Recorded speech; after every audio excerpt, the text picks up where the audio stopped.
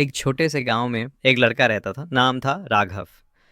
राघव बेहद होशियार, तेज और आत्मविश्वासी था। पढ़ाई में अव्वल, खेलों में माहिर और बोलचाल में इतना प्रभावशाली कि बड़े बड़े भी उसकी बातें सुनते रह जाते थे।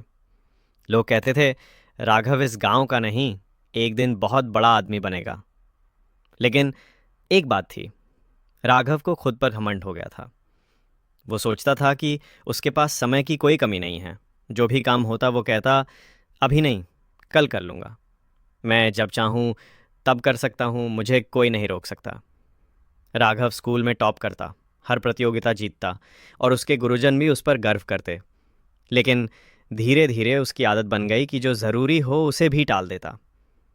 किसी परीक्षा की तैयारी करनी होती तो कहता, 2 दिन हैं अभी।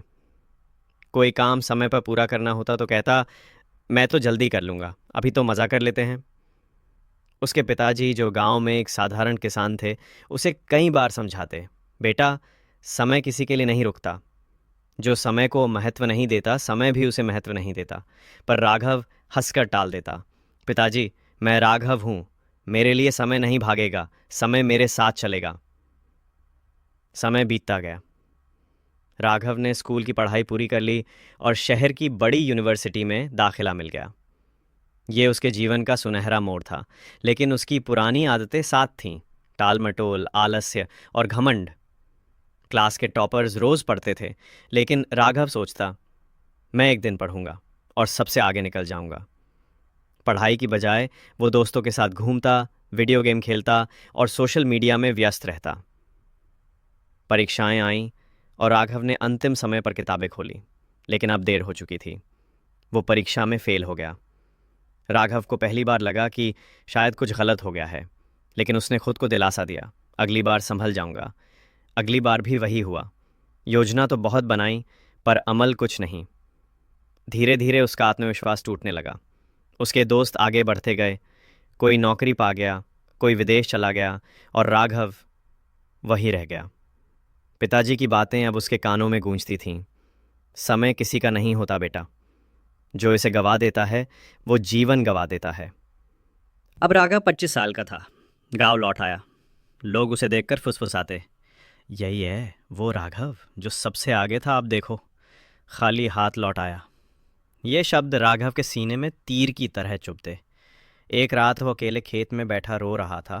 तभी उसके पिताजी पास आए और बोले, बेटा, हार वही मानता है जो उठने से डरता है, लेकिन जो गिरकर भी सीखता है वही जीतता है।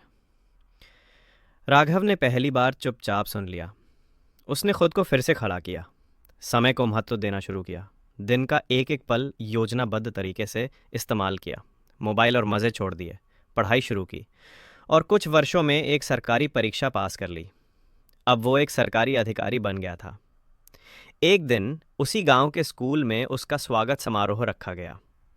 बच्चों को संबोधित करते हुए उसने कहा, मैं एक समय का राजा था, लेकिन समय ने मुझे ज़मीन दिखा दी। मैंने सोचा था कि समय मेरे अनुसार चलेगा, लेकिन समय किसी के अनुसार नहीं चलता। मैंने सीखा कि अगर आप समय को बर्बाद करेंगे तो समय भी आपको बर्बाद कर देगा।